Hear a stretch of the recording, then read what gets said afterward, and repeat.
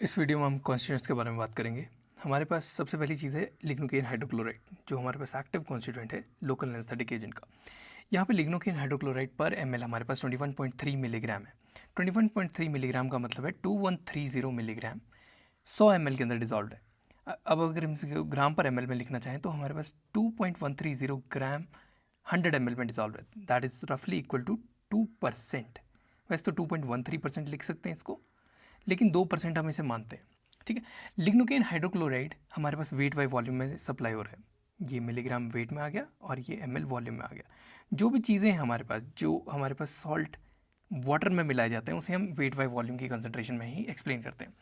देखो, lignocaine hydrochloride हमारे पास active constituent है और ये ब्लॉक करता है हमारी नर्व को। It will block the nerve pathway को ब्लॉक कर रहा है। कैसे भी कर रहा है वो इसका खुद का काम है। ठीक है, तो कॉमन साइड इफेक्ट्स क्या क्या आ सकते हैं? बर्निंग या स्टिंगिंग सेंसेशन आ सकती है on the site of injection. Dizziness या नमनेस आ सकती है, लाइट हेडनेस आ सकता है, नोजिया हो सकता है। इसके साथ साथ लिग्नोकेन अगर बहुत ज़्यादा डोजेज में दे दिया है तो वहाँ पे वो टॉक्सिसिटी के सिम्टम जैसे कि seizures, irregular heart beat, confusion या डिप्रेशन, या फिर एलर्जिक सिम्टम जैसे एनाफाइलैक्सिस, रैश वगैरह दे सकता है। लेकिन लिग्नोकेन के जो साइड इफ़ेक्ट्स हैं वो बहुत ज़्यादा कम आने के चांसेस होते हैं। ठीक, नेक्स्ट बात आती है हमारे पास एड्रेनलिन के बारे में। देखो, एड्रेनलिन एक बहुत पावरफुल वेजो कंस्ट्रिक्टर है। वेजो कंस्ट्रिक्टर है तो ये हमारी नसों को सिकुड़ेगा, यानी ब्लड सप्लाई को डिक्रीज करेगा।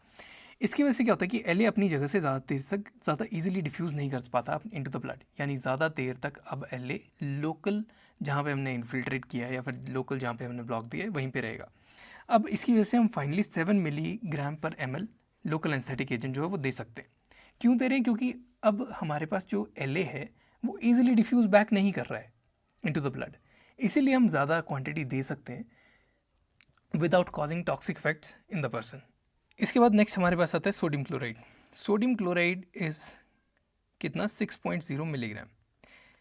ठीक है, ये बेसिकली आइसोटोनिसिटी को मेंटेन करने के लिए हम देते हैं। हमें पता है कि हमारा ब्लड प्लाज्मा जो है वो 0.9% NaCl के आइसोटोनिक होता है। तो ब्लड प्लाज्मा के बराबर कॉन्सेंट्रेशन को पहुंचाने के लिए हम 6.0 मिलीग्राम सोडियम क्लोराइड जो है वो इस प्रेपरेशन के अंदर डाल रहे हैं। अब एक छोटी सी कैलकुलेशन है कि अगर आपने 1 ml किसी को दिया है तो उसमें आप कितना कितना क्वांटिटी हर किस चीज़ का दे रहे हो। 1 ml अगर आप क्वांटिटी किसी पेशेंट के अंदर इंजेक्ट कर रहे हो तो उसमें 21.3 मिलीग्राम लिग्नोकेन हाइड्रोक्लोराइड है, 0.005 मिलीग्राम एड्रीनलिन है, एड्रीनलिन बाय टार्ट्रेट। तो एड्रीनलिन कितना जाओगे? अगर 4 ml दे दिया है तो मतलब 0.020 मिलीग्राम आपने एड्रीनलिन एडमिनिस्टर किया। वैसे इस सोडियम क्लोराइड की क्वांटिटी आ जाएगी। नेक्स्ट आता है हमारे पास water for injection. Methyl paraben last में डिस्कस करेंगे क्योंकि यही एक ऐसी चीज़ है जो हमारे पास एलर्जी या फिर हाइपर सेंसिटिविटी के जो इफ़ेक्ट्स हैं उनको कॉज करती है मैक्सिमम केसेस में। वाटर फॉर इंजेक्शन हमारे पास उतना वाटर होता है जो कि फुल क्वांटिटी बनाने के लिए यूज़ होता है। मान लो हमने जितने भी सॉल्ट्स डाले इसके अंदर वो ये सारों का सम है, तो वाटर फॉर इंजेक्शन वो वाटर है जो कि इस सारे सॉल्यूशन को 1 ml तक लेके जाएगा। ठीक है, अब लास्ट में हम बात करते हैं मिथाइल पैराबेन के बारे में।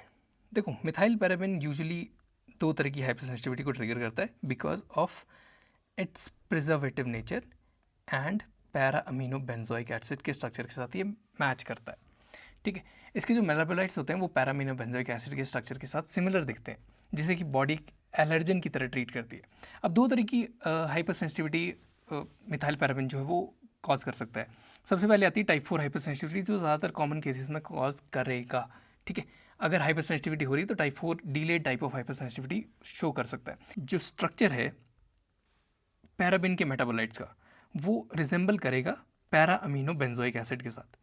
पैरा अमीनो बेंजोइक एसिड एक एलर्जन की तरह बॉडी मान चुकी है पहले, अगर पेशेंट हाइपर सेंसिटिव है तो। ठीक है, तो कुछ साइंस और सिम्टम्स पेशेंट शो करना स्टार्ट कर देता है। अगर माइल्ड सिम्टम्स आ रहे हैं पेशेंट में तो उसमें रेडनेस आएगी, इचिंग आएगी, माइल्ड रैश डेवलप हो जाएंगे। ठीक है, या डिलेड रिएक्शन 1-2 दिन में रैश आ जाएगा। अगर सीवियर पेशेंट हाइपर सेंसिटिव है टू पैराबेंस या फिर पैरामिनो बेंजोइक एसिड तो वहाँ पे एंजियोएडिमा हो जाएगा, यानी swelling of the lips patient की स्टार्ट हो जाएगी अगर हमने इंजेक्शन दे दिया है तो। दूसरी चीज़ है ब्रोंकोस्पाज्म में जा सकता है पेशेंट, अगर वो एस्थमेटिक है तो ब्रोंकोस्पाज्म में भी जा सकता है। वहाँ पर भी वेजो कंस्ट्रिक्शन हो सकती है, जो मस्कुलर है स्केलेटल मसल्स हैं उनकी कंस्ट्रिक्शन हो सकती है। तीसरी चीज़ आती है कि एनाफाइलैक्सिस के हमारे पास सारे सिम्टम्स जैसे कि फ्लशिंग, ब्रोंकोस्पाज्म, हार्ट के पैल्पिटेशन हो जाना। अब इमरजेंसी में हमें क्या करना होता है, हमें एंटीहिस्टामिनिक्स पेशेंट को एडमिनिस्टर उसी टाइम करने पड़ते हैं so as to save his life, ठीक है, जिसमें कि कॉर्टिकोस्टेरॉइड्स आ सकते हैं या फिर एपिनेफ्रिन आ जाता है, ठीक है। अब लास्ट में हम बात करते हैं कि ये शेड्यूल एच ड्रग का क्या मतलब होता है, जो ये इसके डब्बे के नीचे लिखा हुआ है। देखो, शेड्यूल एच ड्रग्स वो ड्रग्स होते हैं जो कि विदाउट प्रिस्क्रिप्शन आप बाय नहीं कर सकते, ठीक है। प्रॉपर प्रिस्क्रिप्शन किसी डॉक्टर की चाहिए, उसके बाद फार्मासिस्ट जो है इसे डिस्पेंस कर सकता है। अब शेड्यूल एच में हमारे पास आते हैं एंटीबायोटिक्स आते हैं, हार्मोन्स आते हैं, एनाल्जेसिक्स आते हैं, स्टीरॉइड्स आते हैं, ठीक है, या फिर एंटी इन्फ्लामेटरी ड्रग्स आ सकते हैं।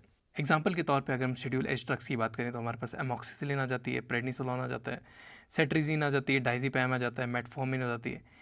मान लो हमने प्रेडनिसोलोन किसी पेशेंट ने बगैर प्रिस्क्रिप्शन के ले लिया। अब प्रेडनिसोलोन एक स्टेरॉइड है, तो स्टीरॉइड्स क्या करेंगे, उसकी इम्यूनिटी को या फिर इम्यून सिस्टम को सबसे पहले हमला करेंगे उसके ऊपर। तो इम्यून सिस्टम जो है वो डेंजरसली सप्रेस हो सकता है। पेशेंट एक चीज़ को ख़त्म करने के लिए अपनी पूरी बॉडी को दांव पे लगा सकता है। तो ऐसी चीज़ें जिनको आप जानते नहीं हैं वो लेना ख़तरनाक होता है। नेक्स्ट आती है डाइज़ेपम। अगर मान लो डाइज़ेपम है तो डाइज़ेपम भी हमारे पास एक सेडेटिव होता है, ठीक है। अगर डाइज़ेपम पेशेंट ले रहा है तो वो नशे के लिए भी ले सकता है। अगर उसके बाद वो डाइज़ेपम के साथ कुछ और ड्रग्स मिक्स करके खा लेता है तो it can cost his life as well. इसीलिए ये शेड्यूल एच ड्रग्स बगैर प्रिस्क्रिप्शन के नहीं दिए जाते, ठीक है। और हमारा लिग्नोकेन हाइड्रोक्लोराइड भी एक शेड्यूल ड्रग में, शेड्यूल एच ड्रग में आता है, ओके।